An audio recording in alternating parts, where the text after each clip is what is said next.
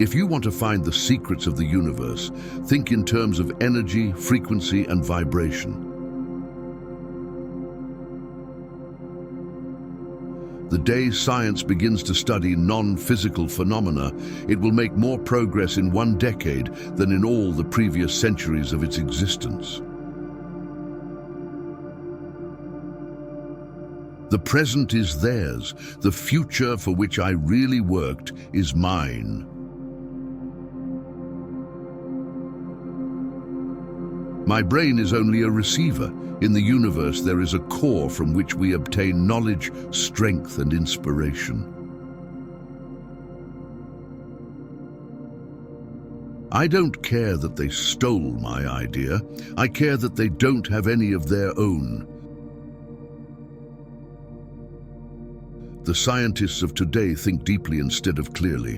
One must be sane to think clearly, but one can think deeply and be quite insane. What one man calls God, another calls the laws of physics. I do not think there is any thrill that can go through the human heart like that felt by the inventor as he sees some creation of the brain unfolding to success.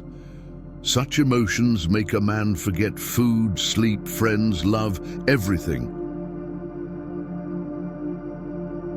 I don't believe in aging. I believe in forever altering one's aspect to the sun. The desire that guides me in all I do is the desire to harness the forces of nature to the service of mankind. Instinct is something which transcends knowledge. We have, undoubtedly, certain finer fibers that enable us to perceive truths when logical deduction or any other willful effort of the brain is futile. The spread of civilization may be likened to a fire. First, a feeble spark, next a flickering flame, then a mighty blaze, ever increasing in speed and power. Of all things, I liked books best. Our virtues and our failings are inseparable, like force and matter. When they separate, man is no more. Be alone, that is the secret of invention. Be alone, that is when ideas are born. Most persons are so absorbed in the contemplation of the outside world that they are wholly oblivious to what is passing on within themselves.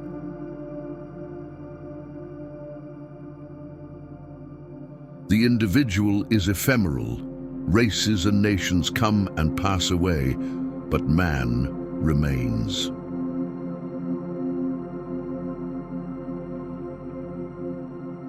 Let the future tell the truth and evaluate each one according to his work and accomplishments.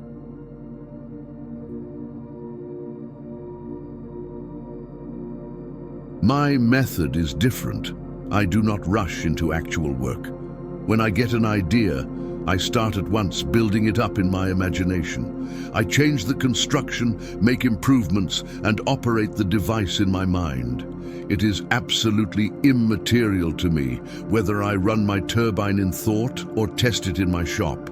I even note if it is out of balance.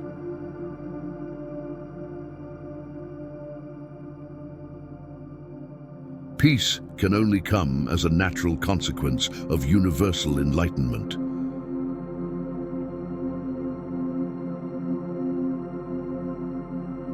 The gift of mental power comes from God, divine being, and if we concentrate our minds on that truth, we become in tune with this great power.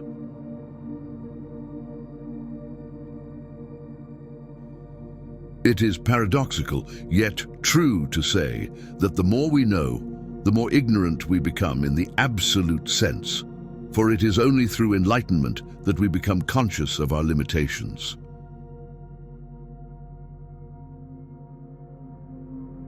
The mind is sharper and keener in seclusion and uninterrupted solitude. No big laboratory is needed in which to think. Originality thrives in seclusion, free of outside influences beating upon us to cripple the creative mind.